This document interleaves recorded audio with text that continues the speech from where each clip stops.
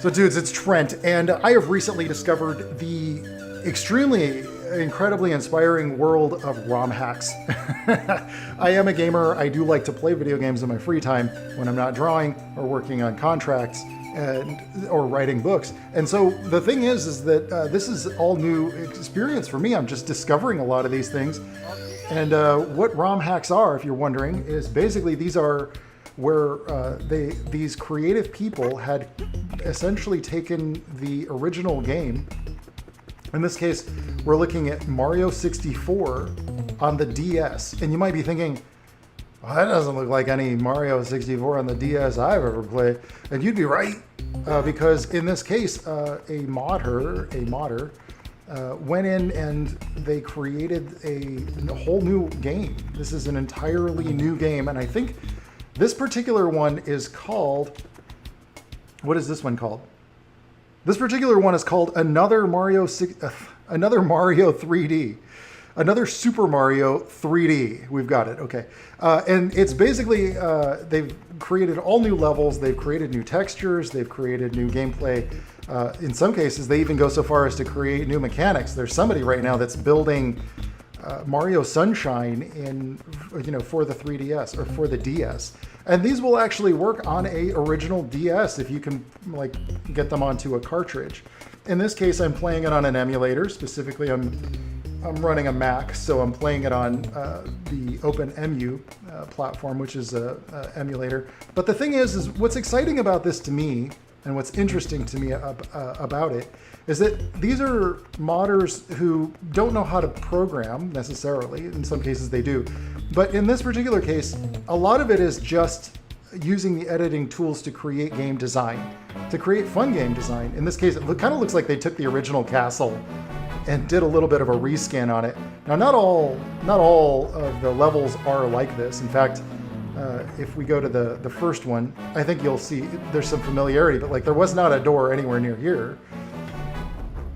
Was there? Oh yeah, there was. But this is a new stage, and I've already gotten a bunch of the stars. I've been enjoying the heck out of this. If you like the original Mario 64, or you like the original Mario 64 on the DS, then you're probably going to have a damn good time with this. Oh geez. It's essentially, it is that game. It is the core gameplay mechanics. But as you know, once you create gameplay mechanics, once you create compelling gameplay mechanics, oftentimes the designers just get to go and play around in that. And so it seems like a whole lot of fun for game designers to just go and get their kind of chops designing levels and stages and creating challenges. For example, here's one where, oh geez. Here's one where you have to kind of balance across these boards. So I'm not going to play too many of these, but if you if you could see the beauty of this, oh my god, I so badly just want to create I just want to create stages for this. It's a little bit of nostalgia, but it's a false sense of nostalgia because these weren't stages that existed back in the day, and I'm just overall blown away. I'm not doing particularly good. I'm not doing particularly good at this, but so you might be wondering, well, what's the point? Why would people do this? I mean, part of it is to get game design experience, and I wanted to share this here on my channel because of that specific reason.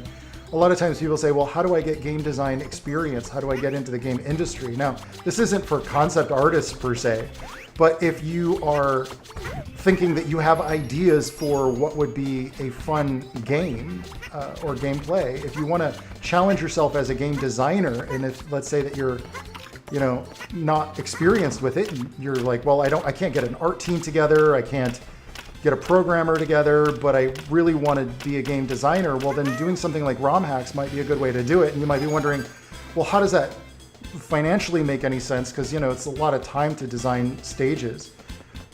But a lot of what these modders will do is that they'll work on Twitch streams. They'll design their levels on Twitch streams.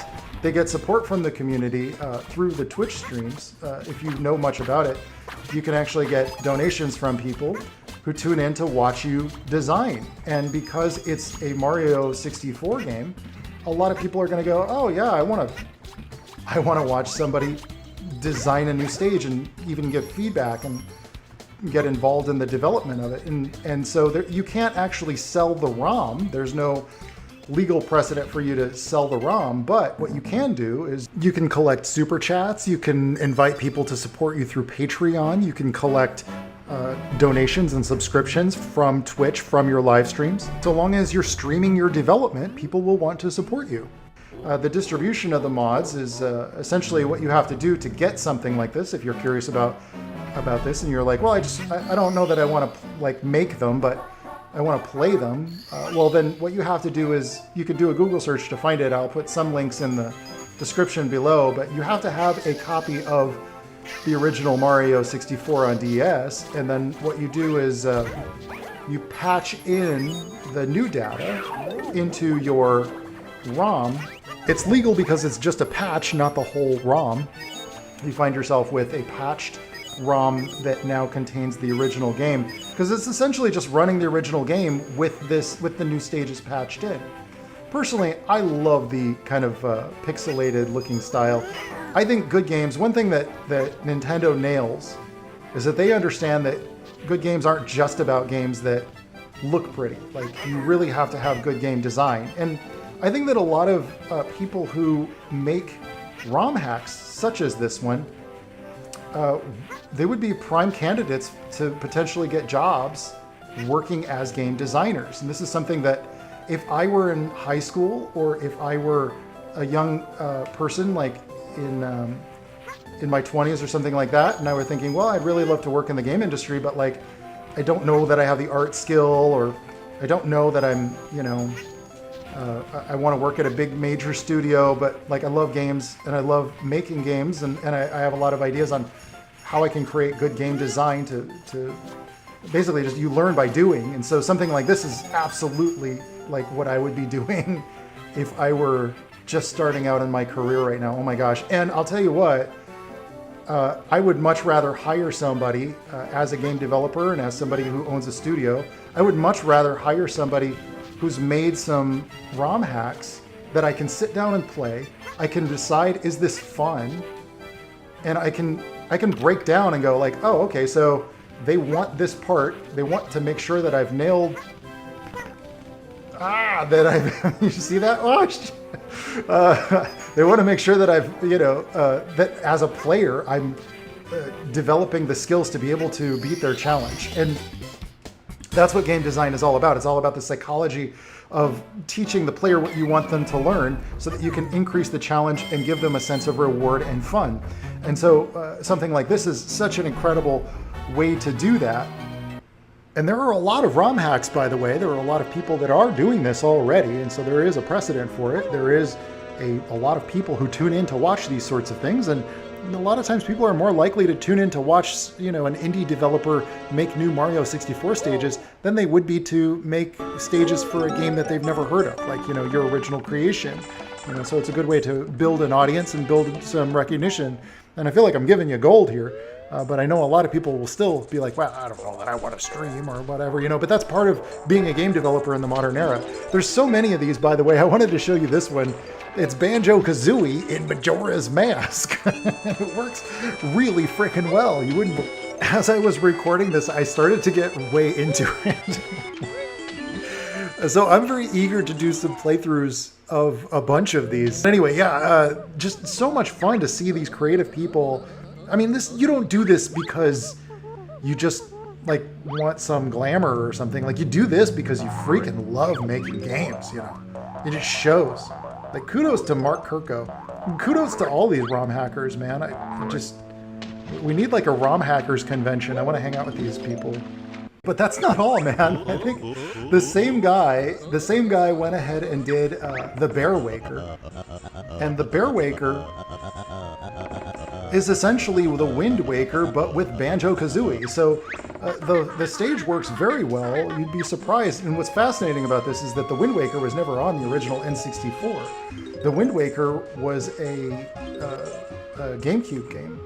And so to see that it worked so well as an N64 game is just startlingly fantastic. So that is just absolutely fantastic. That is amazing. I'm so impressed. I'm so jealous. I just want to, oh my gosh. I would love to just make ROM hacks all day. That would be such a fantastic experience. You guys know me, I love making games. I love every aspect of making games. Not every aspect. I don't want to animate, but I'll tell you what, man, and I don't want to program anymore, but I'll tell you what, man, looking at this, oh, geez, just really inspiring. And I feel like you could take everything that you learned from the days of building ROM hacks and you could take that and apply that to game design on different genres and different other types of games. And maybe even that would lead to working in your own indie games or building your own games from scratch, or possibly even finding partnerships, finding people that you could work with, you know, as well. So, and so like when you first turned on this video, you're probably thinking, oh geez, Trent's back at playing games on this channel again. And no, that's not the case at all. But I feel like this is such an important thing for indie game developers and budding and aspiring game developers to understand. This is the raw, very beginning. This is the kind of stuff that you get into because you're passionate about games, not just because it's a hot industry, and not just because, oh, there's, you know, great stability in the game industry. You know, that would be an arguable thing to say even, but because you freaking love it, because you love game development. And what I'm seeing when I look at these ROM hacks is I'm seeing people who have a pure joy, a pure love of the craft of game design. And it is hard and it's still challenging. It's not like, hey, you just tell the computer what to do. You still have to figure out things. And the only way to learn good game design is to start testing your theories.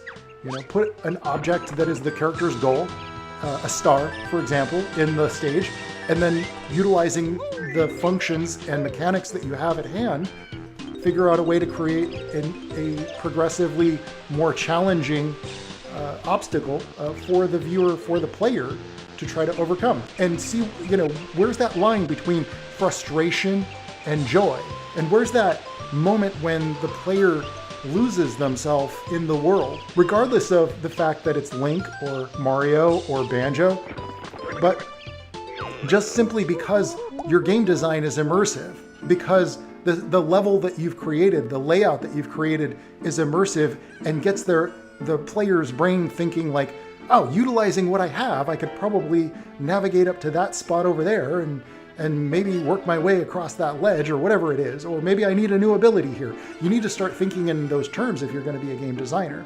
And so ROM hacks are a great way for you to do that, as well as, you know, indie game design. But, you know, how do you get into indie game design? ROM hacks. It's a great way. So anyway, please do subscribe, and I will catch y'all mañana. Ciao, baby. Oh yeah.